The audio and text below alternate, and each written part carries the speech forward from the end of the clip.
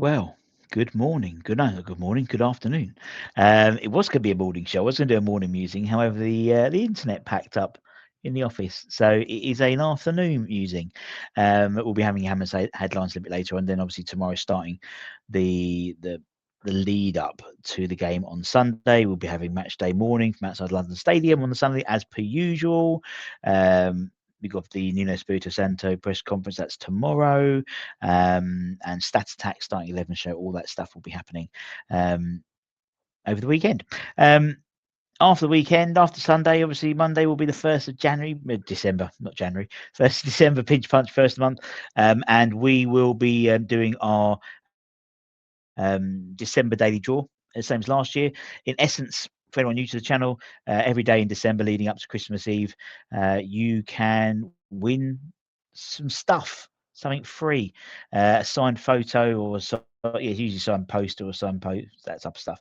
And yeah, all we got to do is literally comment on the videos, and what we do is we suck up all the comments throughout the day and pick one winner at random, and you could win that. So you've got to be subscribed to the channel as well, because we've got to contact you. But it's pretty much easy, really. Now, what I want to talk about today was the London Stadium, as a report over, I think it was last week, and I think it was on. Was it on the? I'm trying to find it now. I think it was on the actual minutes of a recent. What's it called? A recent meeting at City Hall, put into question again London Stadium, and it's all getting a bit dodgy again in terms of their the way they're looking at the London Stadium, and lots of questions are being asked about it.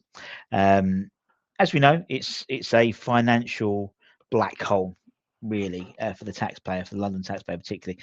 The governing body, the General London Authority, signed off nearly 19.5, almost 20 million pounds for losses last season, thanks to the stadium.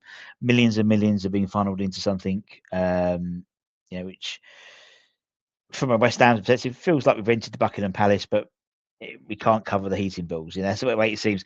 Now, Sadiq Khan's top man, David Bellamy, not that David Bellamy, but David Bellamy who works for Sadiq Khan, he's told City Hall that they may actually consider offloading London Stadium or renegotiating the deal. Now, the money losses are mounting, and the mayor's people don't seem keen to subsidise a ground that's basically bleeding cash, which is what it's doing. Where there's been some sort of nervousness about West Ham's position in the Premier League as well. As we know, if we got relegated, I think we pay half of the rent we're paying now. So that's even more money losing. And to me, the stadium deal, which obviously we had in place for 99 years, at least, looks like it's a ticking time bomb, in all honesty, in terms of something's going to give in a minute. If the on-pitch performances don't improve, which they have done slightly, but someone's going to be looking for scapegoats, and the stadium might be the top of the list, particularly as it's hemorrhaging money, and has been hemorrhaging money pretty much ever since after the Olympics, to be honest. Politically, talking City Hall seems to have shifted. The chair of the city's budget committee, Neil Garrett, publicly asked the mayor to stop dragging his feet and either secure a naming rights deal for the stadium, or get rid of the burden altogether. It's a stadium, in terms of naming rights, it's something that we'll be looking at since after the Olympics, really, and no one's spent any money on the naming rights. Obviously, the way that works is after the first, I think it's the first £4 million, we then get a percentage of the naming rights. That could potentially be tied in with maybe the next front of shirt sponsor, possibly. We spoke about maybe Intuit being that, and it could be the Intuit Stadium or the Intuit Arena if they decide to then stump up the cash.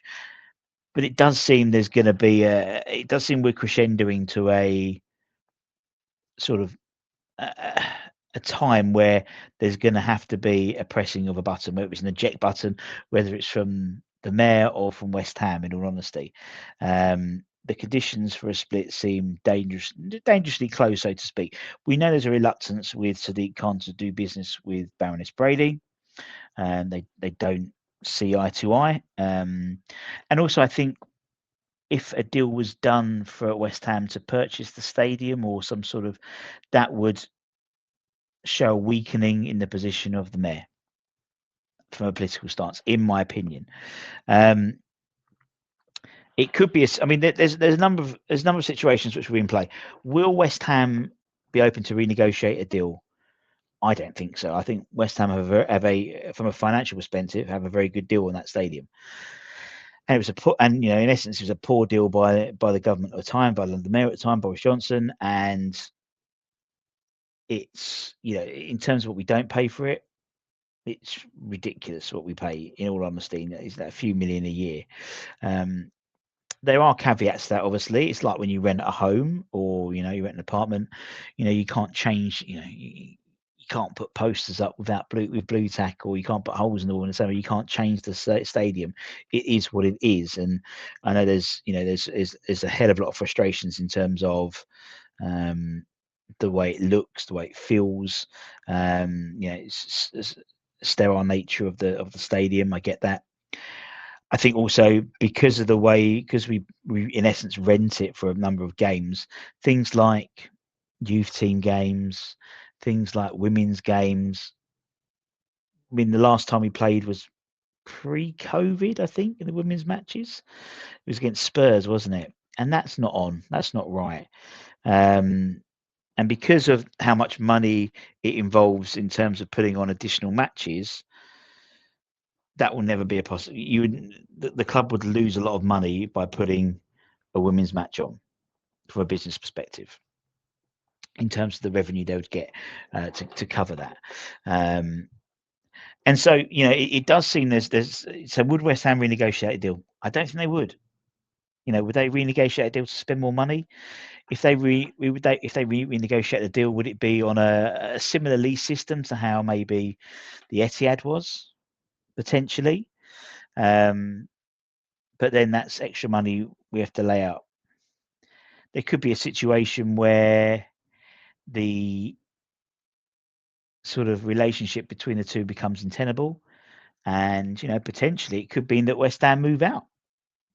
They could get to a situation, or maybe the GLA sell the stadium to a third party and end up leaving West Ham. I think within that there is.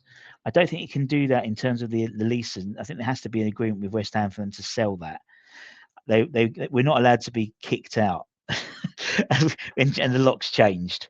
But that could be a possibility, and whether that would then reignite maybe potential takeovers as well, if they know the stadiums could potentially be involved, although they buy West Ham from the West Ham owners and then they buy the stadium via the GLA.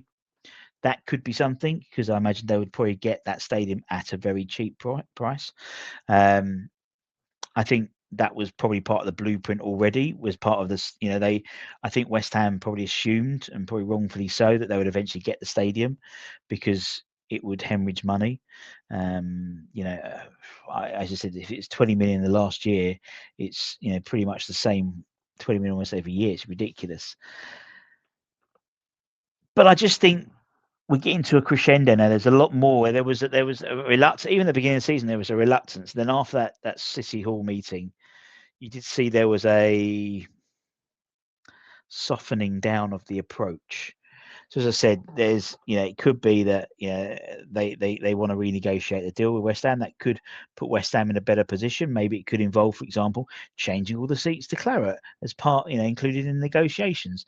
Obviously, something that Adam from 𝗟𝗢𝗡𝗏 put together, which a lot of people quite enjoyed, and I think it would enclose a space. It could be we renegotiate a deal, but on stronger terms for us, allowing us to change the the chandlery of the stadium. I think that would go back to making things a little bit easier, a little bit more bearable, maybe for some fans.